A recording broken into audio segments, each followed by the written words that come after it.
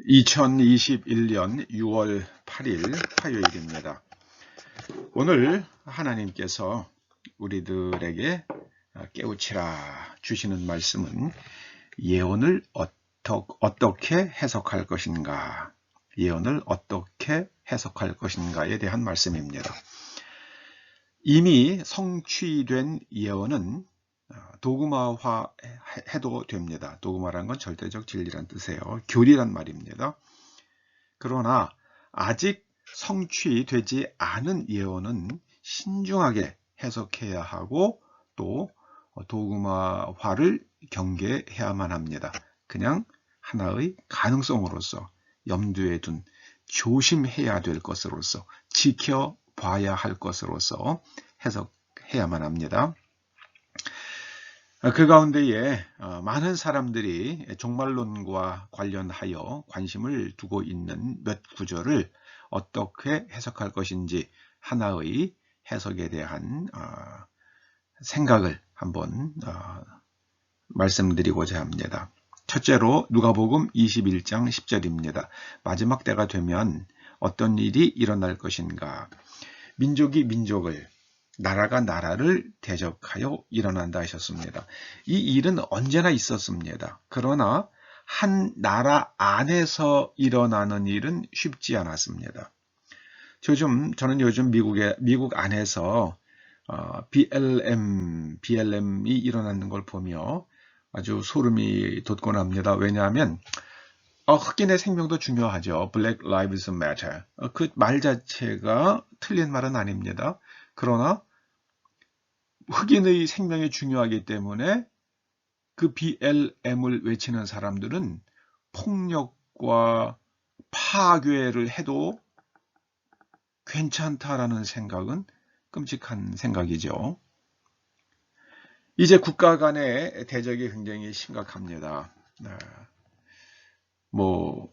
한국과 일본도 이웃으로서 과거에 식민지의 아픈 역사적 기억이 있지만 이웃으로서 잘 지냈습니다. 우리나라가 이만큼 살게 되는데 일본이 우리에게 적잖은 도움을 준 거 사실입니다. 한일 배상금 얘기하는 게 아니에요. 일본 기업들이 한국에 투자하고 또 기술 이전해주고 그런 것들이 우리가 이만큼 일어나는 데에 아주 큰 일을 했고요. 그 일본 사람들이 한국 사람들에게 기술을 이전해주는 그 가운데는요, 과거 식민지에 대한 미안한 마음이 있었습니다. 여러분 세대는 모르죠.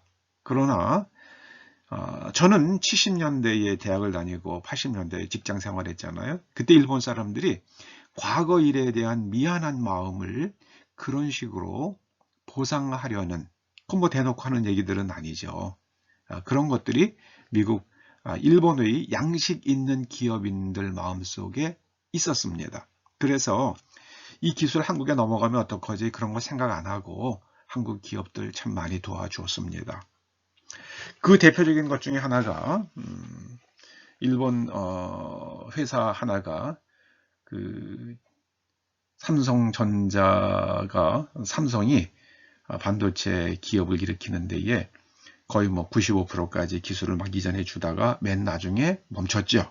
그리고 삼성전자 안에 있는 한국인 연구자들이 그 마지막 5%를 돌파해낸 겁니다.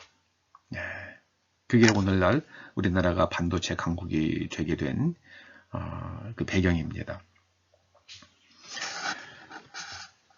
지금 그런 일들이 일어나고 있습니다. 그리고 또 하나, 두 번째로는요, 누가복음 21장 11절에 보면 곳곳에 큰 지진과 기근과 전염병이 있겠고, 지금 어저께 그저께 같은 경우에는요, 전 지구상에 47곳에서 화산이 동시에 폭발했습니다. 그리고 대형 지진이 오고 있다고 그러죠. 특히 일본 동남부에서 아주 어마어마한 지진, 특히 동경시 아래에서 바로 거기를 진앙으로 하는 그런 지진이 있을 것으로 그렇게 두려워들 하고 있습니다. 그리고 기근이 이제 올 것입니다. 그래서 기근에 어떻게 살아남아야 할지 이거 좀 생각해야 될 것 같습니다. 그리고 전염병이 있을 것이라고 그러십니다. 전염병. 지금 뭐 스페인 독감 같이 유럽에서 많은 사람이 희생된 그런 독감들이 있었지만 이번에 사스2 코로나 바이러스에 의한 코비드19 같은 전염병은 인류가 경험한 적이 없습니다. 그리고 하늘로부터 큰 징조들이 있으리라 그러셨는데 이게 계시록 8장 8절 말씀과 연관이 되는 게 아닌가 저는 그렇게 해석을 합니다. 이제 해석을 하고 그걸 갖다가 교리화하는 것은 아닙니다. 그러나 예의해서 아주 주시하고 있습니다. 예의 주시하고 있습니다. 계시록 8장 8절 말씀이 이렇죠. 둘째 천사가 나팔을 부니 불붙는 큰 산과 같은 것이 바다에 던지음에 바다의 3분의 1이 피가 되고 이게 나팔 재앙에서 둘째 천사가 나팔을 부니까 불붙는 큰 산과 같은 것. 이거는 소행성이죠. 소행성이 대기권 진입하면 불이 나지 않겠습니까? 그러니까 불붙는 큰 산과 같은 것. 2004년에 미국 나사에서 지구를 향해 오고 있는 지름이 한 450여 미터가 되는 소행성을 발견했죠. 그런데 그 소행성이 만약에 지구의 정면으로 충돌한다 그러면 어떤 일이 일어날까? 그 지각이 깨지고 바다에 떨어진다 하더라도 지각이 깨지고 그 다음에 용암이涌출되면서 마그마가 나오면서 바닷물과 합쳐져서 거기서 발생한 에어로졸이 이게 완전히 지구를 뒤덮어서 해가 어두워지고 그래서 해가 어두워지는 일이 일어날 수 있다. 그래서 이집트 신화에 태양신 라를 삼키는 그 죽음의 신 아포라는 신화에 이집트 신화에 그 아포라는 신이 있대요. 그 아포에서 아포의 이름을 따서 아포피스라고 그렇게 명명을 했습니다. 이 아포피스가 2029년 4월에 지구와 충돌할 것이다. 이렇게 해서 그때 아주 2004년에 떠들썩했죠.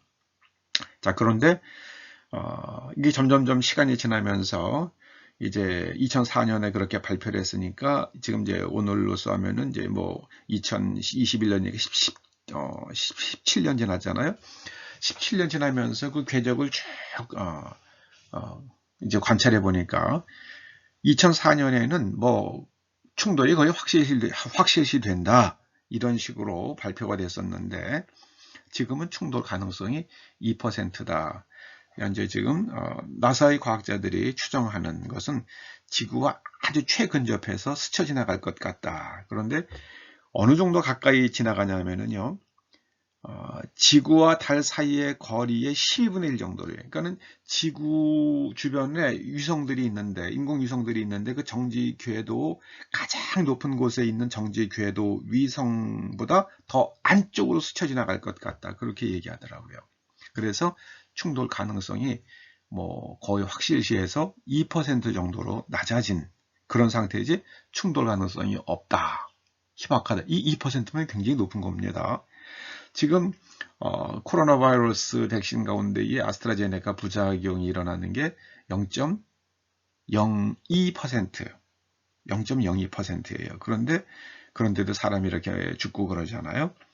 근데 그런 것처럼 그런 정도가 아니에요. 0.02%가 아니라 이건 2%니까 얼마나 더 높은 가능성입니까? 누가복음 21장 26절에 보면은요. 바다와 파도의 우는 소리를 인하여 혼란한 중에 곤고하리라. 사람이 그냥 다 졸도해서 이성을 잃을 정도가 될 것이다. 그런 말씀이에요. 바다와 파도의 우는 소리. 만약에 이 아포피스가 대기권으로 들어오면 이게 어떤 성분이냐에 따라 가지고 달라지겠지만은요. 철 성분이 많으면 한 덩어리로 떨어지겠죠. 그러나 그것이 철 성분이 그렇게 많은 게 아니라 그러면 이게 좀 공중에서 분열이 될 겁니다. 그리고 여러 조각으로 떨어지겠죠. 그래서 트럼프 대통령이 우주군을 창설했잖아요. 우주군을 창설한 굉장히 중요한 이유 중에 하나가 물론 중국이나 러시아를 견제하는, 군사적으로 견제하는 그런 목적도 있지만, 또 하나 이유가 저 아포피스가 만약에 정말 지구와의 충돌이 거의 확실시될 경우에는 그것을 파괴할 수 있는, 그걸 파괴해서 한 덩어리가 지구에 떨어져서 완전히 박살이 나는 게 아니라, 지구가 뭐 지각이 깨지는 그런 종 충격이 아니라 저거를 여러 조각으로, 떨어지더라도 여러 조각으로 분산시켜서 떨어지게 만드는 그런 목적으로 우주군을 창설하고 거기서 그런 방법을 구체적으로 연구하기 위해서 그렇게 했다는 말도 있습니다. 그런 말도 미국에서 우주군 창설과 관련된 사람의 친구가 그런 얘기를 하는 걸 제가 들은 적이 있습니다. 이게 현재 성경에 있는 일들이고요. 또 이미 이루어진 예언의 말씀도 있습니다. 누가복음 21장 24절에 보면 예루살렘은 이방인의 때가 차기까지 이방인들에게 발필이라 그러셨습니다.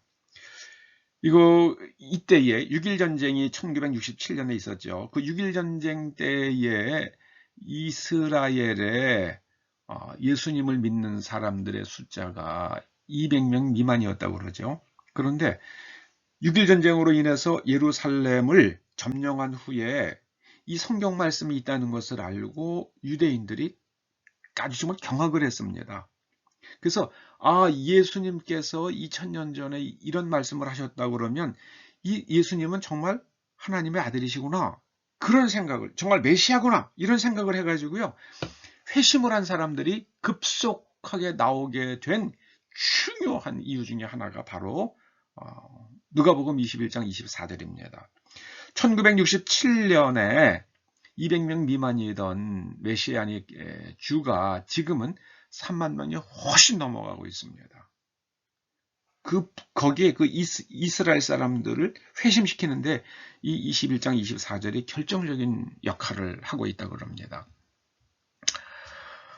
성경에 이렇게 예언이 성취된 예언에 대해서는 자신 있게 아주 도그마화해서 믿고 이야기해도 됩니다. 그러나 성취되지 않은 예언은 신중하게 해석을 하고 가능성으로 말하고 도그마화는 경계해야만 합니다.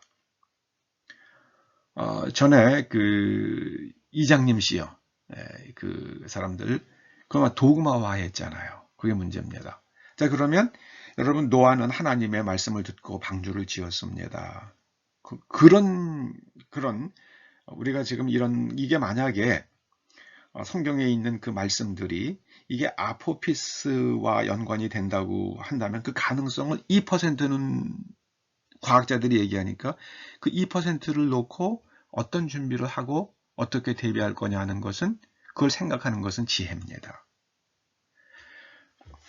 어떤 것을 선택할 것인가, 그것은 우리가 성령님께 여쭙고 하나님께 기도하면서 하나님께서 인도하시는 바, 나아갈 바를 잘 헤아려야 될 것입니다. 기도하시죠.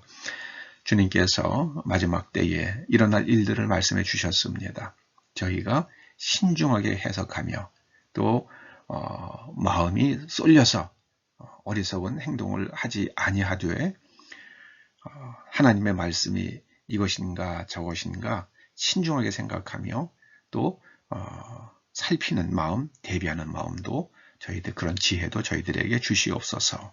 예수님의 이름으로 기도드립니다. 아멘.